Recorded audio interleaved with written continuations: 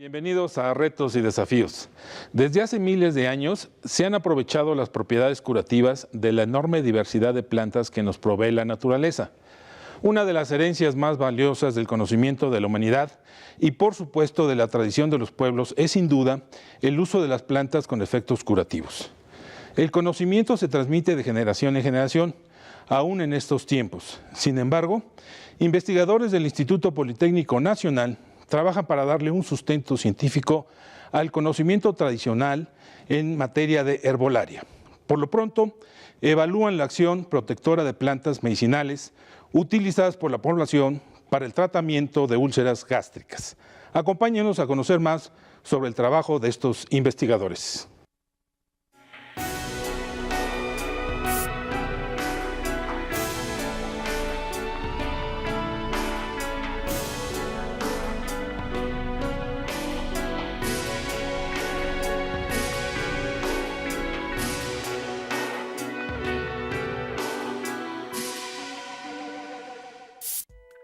Los beneficios de la herbolaria en la recuperación y mantenimiento de la salud es una de las prioridades del Instituto Politécnico Nacional, dado que nuestro país tiene una vasta herencia prehispánica en hierbas medicinales y sigue siendo un recurso viable y económico para curar los malestares más comunes de la población.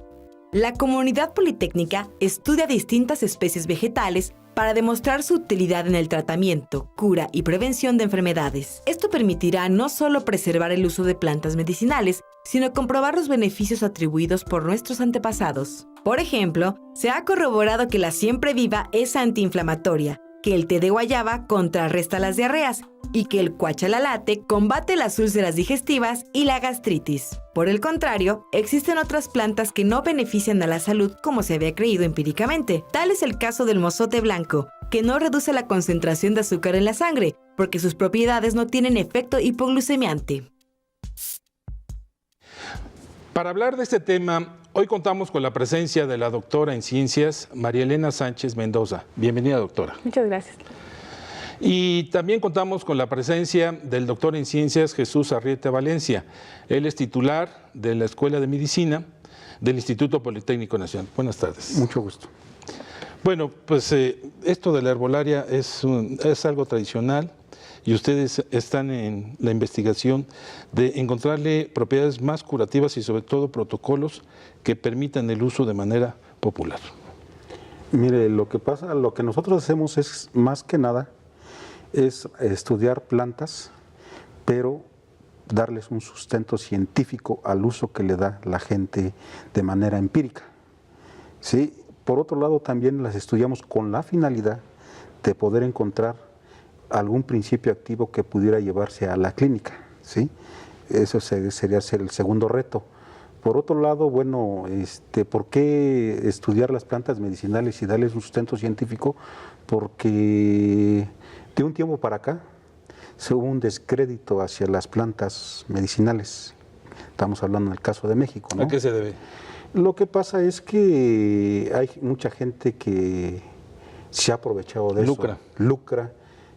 Son charlatanes, ¿no? Nosotros podemos encontrar en el transporte público que nos van a empezar o que nos venden más que nada productos que dicen que está compuesto un ungüento por aceite de víbora, grasa de coyote, y es una vil mentira. ¿Dónde vamos a encontrar ahorita aceite de víbora, grasa de coyote, ¿no?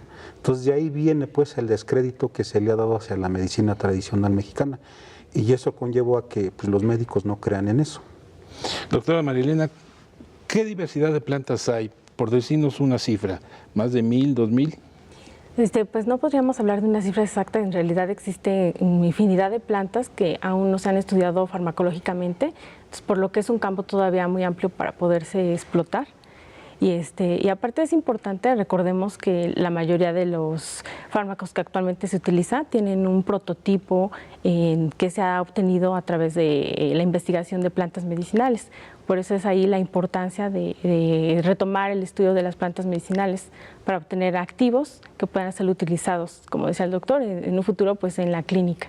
¿Cuál es la región del país que más plantas medicinales hay? Podríamos pensar que los estados del sureste mexicano, Chiapas, Tabasco, que es donde se utilizan más las plantas medicinales. Doctor, sin lugar a dudas, por ejemplo, en los pueblos indígenas se utilizan mucho las plantas como remedios y ahí generalmente sí surten efecto. ¿Por qué? Mire, más que nada, yo hace rato comentaba y decía que dichosos los que vivimos cerca de las ciudades, ¿no? Porque ahí vamos a encontrar los servicios de salud. Sin embargo, cuando nosotros nos acercamos a lo que es nuestro México y vamos a lo que es la provincia, ahí no vamos a encontrar un centro de salud.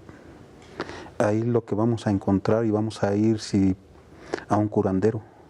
Y esos curanderos, pues lo que van a hacer, nos van a recetar una planta para un determinado padecimiento.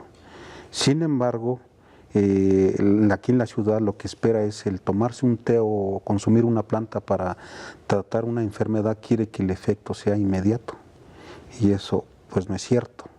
Los efectos de las plantas van a tardar en presentarse a lo más 3, 4, 5 días, es cuando vamos a empezar a ver el efecto. Y en el caso de la provincia, pues como no hay otra cosa, se siguen tomando lo que le receta el curandero y pues efectivamente ven el efecto de esta planta que sí sirve para lo que ellos la consumen. Ahora, doctor Jesús, en estas regiones generalmente tiene mucha credibilidad el curandero. Cuando receta para algún padecimiento, ya sea estomacal, ya sea para un dolor de muelas, etcétera, y hay mucha credibilidad hacia estos personajes. Pues déjeme de lo que hace rato también le comentaba, ¿no? El descrédito, ¿no? Lo que pasa es que mucha gente se ha aprovechado de eso y ha lucrado, ¿no? Si nosotros vamos con un curandero, pues el curandero es el médico del pueblo, ¿no? De la provincia. Y ese curandero sabe lo que dice y sabe lo que está recetando. ¿Sí me explico? Realmente un curandero jamás le va a dar a consumir por vía oral el toloache, no sé si usted lo conozca, que el toloache es una planta que si usted la llega a consumir le va a producir un daño permanente cerebral a nivel del sistema nervioso central permanente y que lo va a dejar mal. Entonces un verdadero curandero jamás se lo va a dar a consumir por vía oral. Entonces esta gente pues tiene un conocimiento y sabe lo que está diciendo y sabe qué planta es la que tiene que darle para un determinado padecimiento. Doctora Marilena, en el Instituto Politécnico Nacional, ¿qué plantas son las que están estudiando para hacer el protocolo científico? Nosotros estudiamos plantas que son utilizadas en la medicina tradicional para tratamiento de gastritis, de úlcera gástrica. En ocasiones la población nos dice, no, pues es útil para las heridas, y entonces nosotros lo que hacemos es tomar muestras de las plantas, llevarlas al laboratorio y evaluarlas en un modelo para determinar si tiene propiedades gastroprotectoras. El modelo animal es en rata Wistar y las lesiones las producimos con etanol. ¿Y cómo van estas investigaciones? ¿Qué avance tiene? Pues afortunadamente, bueno, de las plantas que hemos estudiado, que son del estado de Hidalgo, de Morelos y de Chiapas, los estudios han sido productivos, hemos podido corroborar el uso tradicional que le da la población y asimismo también realizamos estudio fitoquímico y con la finalidad de obtener los principios activos. En algunos de estos estudios, en la mayoría, hemos logrado obtener los principios activos, que posteriormente los evaluamos también de manera individual y si encontramos actividad biológica. Una vez que ya descubren estas particularidades, ¿cuál es el paso a seguir para que se pueda patentizar? Pues en realidad es un procedimiento muy prolongado, o sea, para que lo podamos patentar necesitaríamos más estudios, porque nosotros hacemos un estudio preliminar para determinar la actividad biológica, sin embargo, aún hacen falta estudios de toxicidad para poder patentar los activos. ¿Cuánto tiempo aproximadamente? ¿Es inmediato o todavía hay un trecho muy largo que recorrer? Nosotros, pues un trecho largo todavía, en ese sentido. No hemos patentado todavía ningún activo. Lo que pasa es que mucha gente piensa que patentar por patentar, pues no, eso no es correcto, ¿no? No vamos a patentar nosotros una molécula, una sustancia que no tuviera un posible mercado, ¿sí me explico? Sí. O que no compita con lo que ya existe en el mercado. ¿Sí? Nosotros, afortunado o desafortunadamente, logramos aislar una sustancia que tiene una gran actividad para tratar la úlcera gástrica, sin embargo, no pudimos o no quisimos patentarla porque es una molécula muy compleja y eso encarecería mucho su costo si se llegase a comercializar. ¿Me explico? Entonces, en esto de las patentes, pues hay que tener un poco de cuidado, ¿no? Ver qué es lo que sí se puede patentar y sería rentable en un futuro y lo que no se puede, ¿no? Si nos permite, vamos a una pausa y regresamos con ustedes, por favor.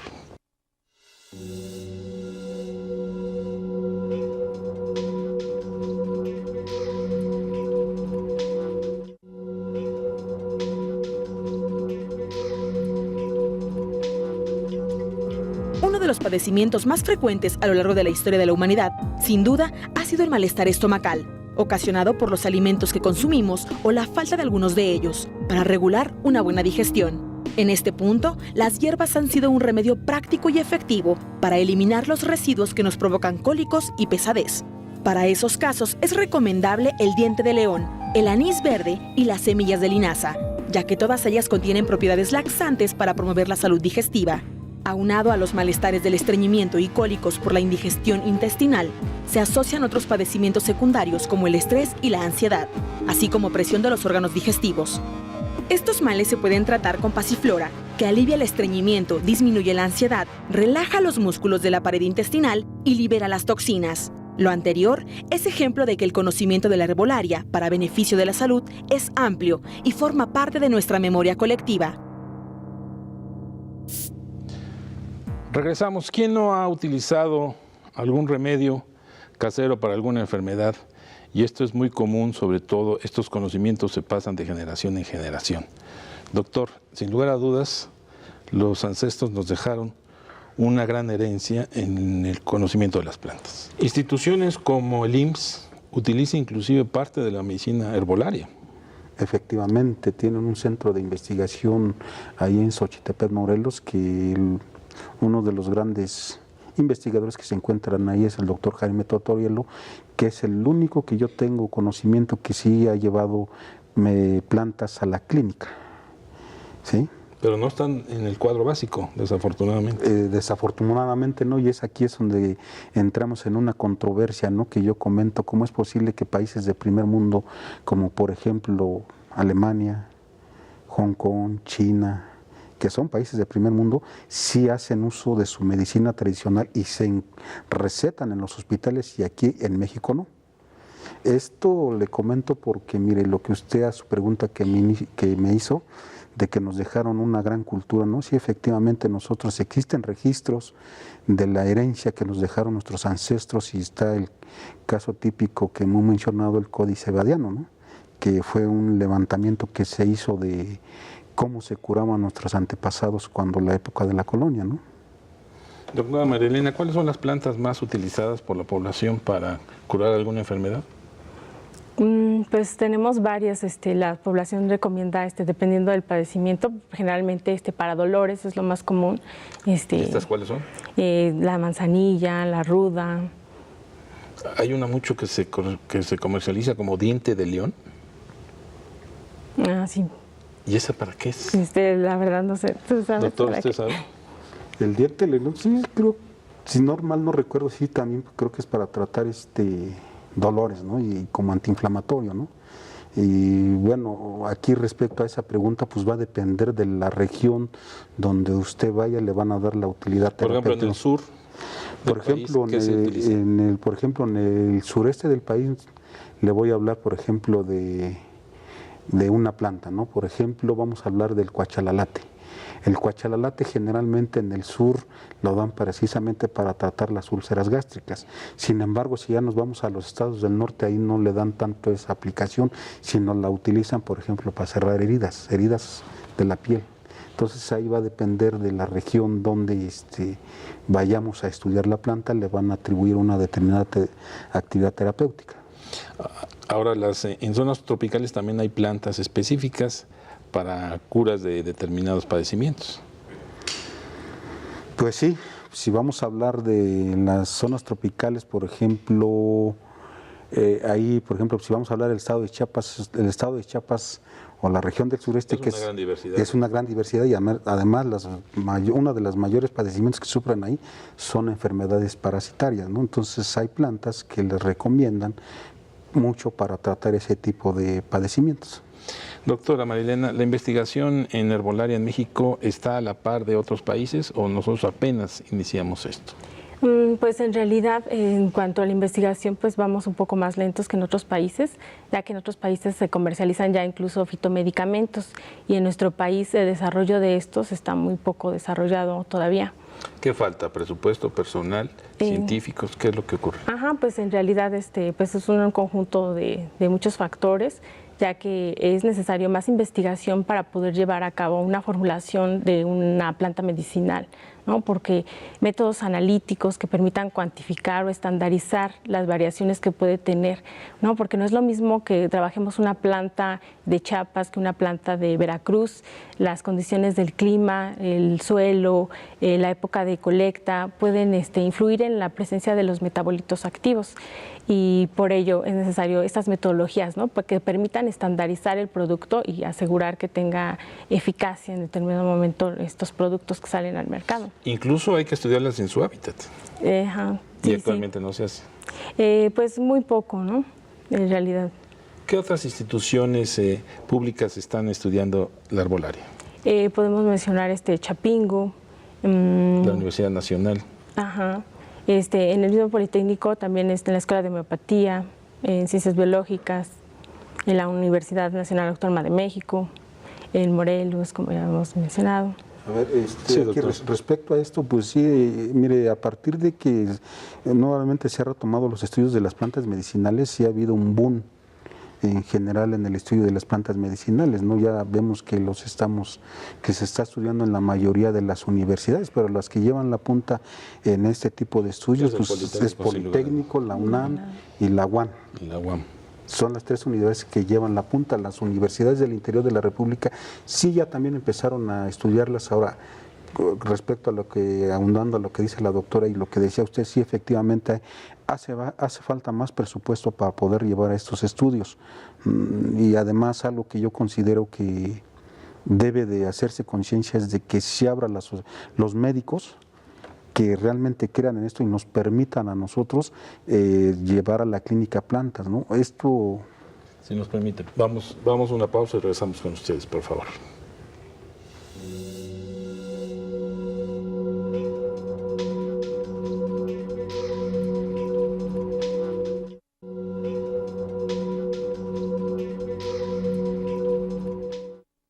Desde la existencia de las primeras comunidades primitivas, la herbolaria ha sido el recurso idóneo para cuidar la salud.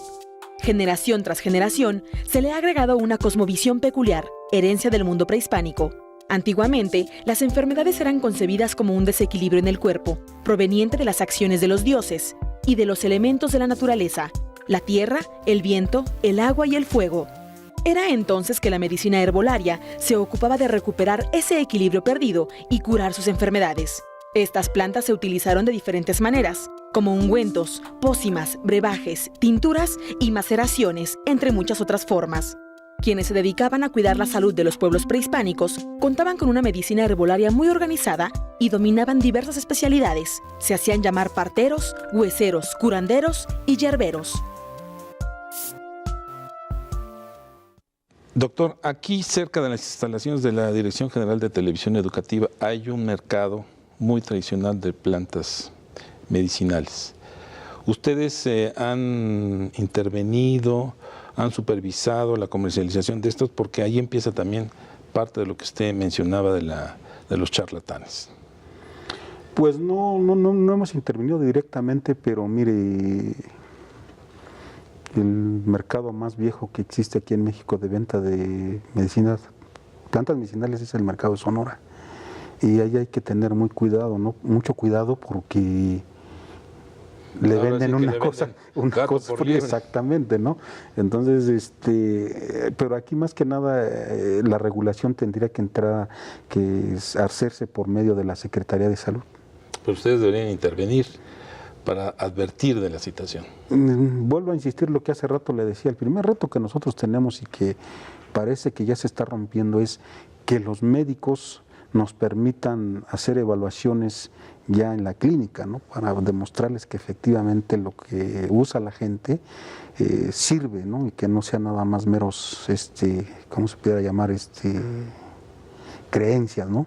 Y de ahí, bueno, pues ya una vez abriéndose eso, entonces ahora sí nosotros considero yo que entraríamos a ver una regulación que ya existe, ¿no?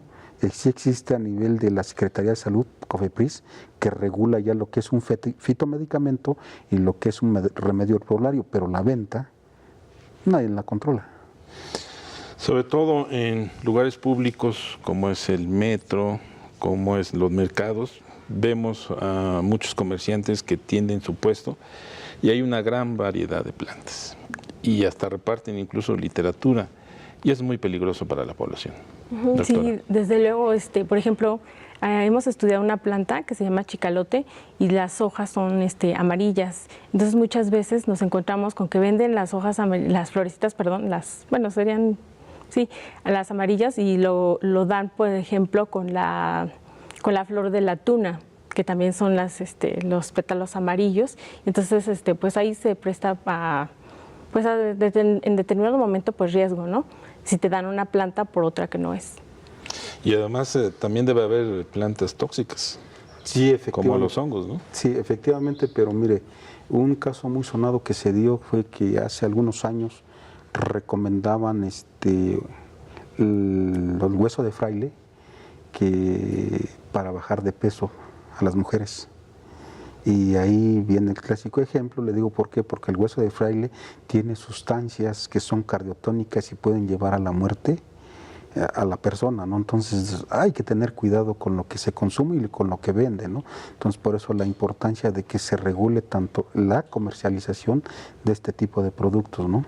Imagínese una persona que le den el hueso de fraile y que tenga problemas cardíacos y luego le damos algo de eso y no los... ¿Cómo puede prevenir la población independientemente de no consumirlos?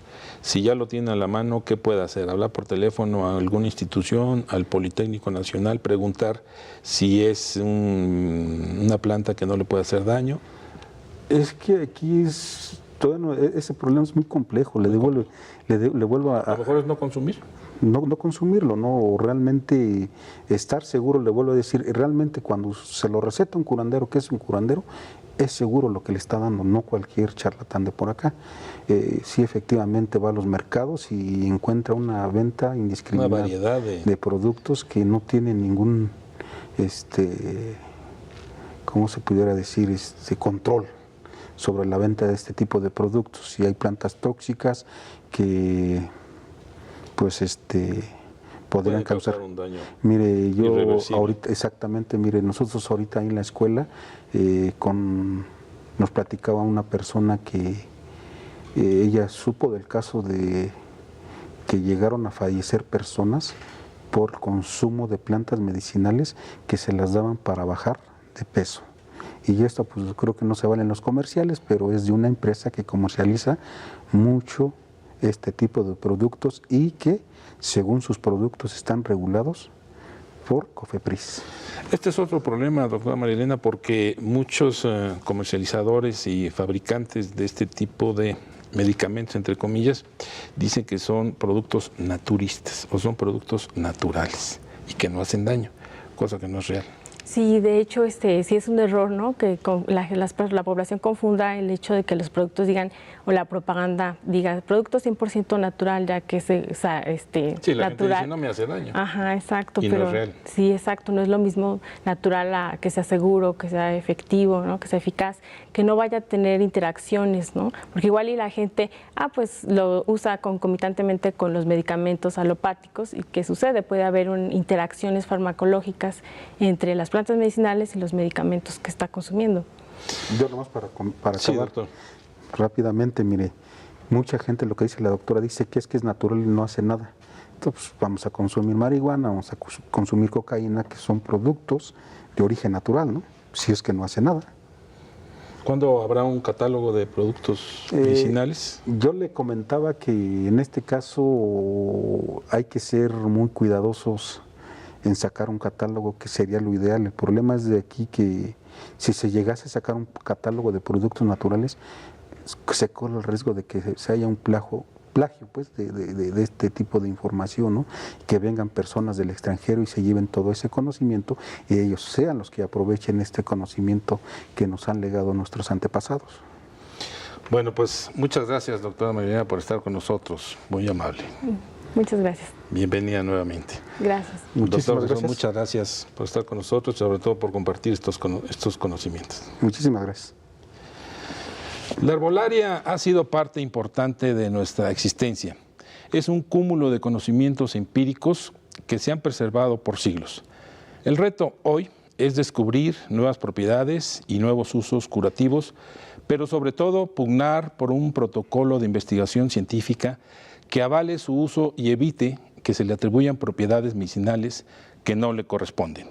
Gracias a todos ustedes que nos sintonizan y los espero en la siguiente emisión de Retos y Desafíos. Mi nombre es Juan Carlos Ortiz Castro. Hasta la próxima.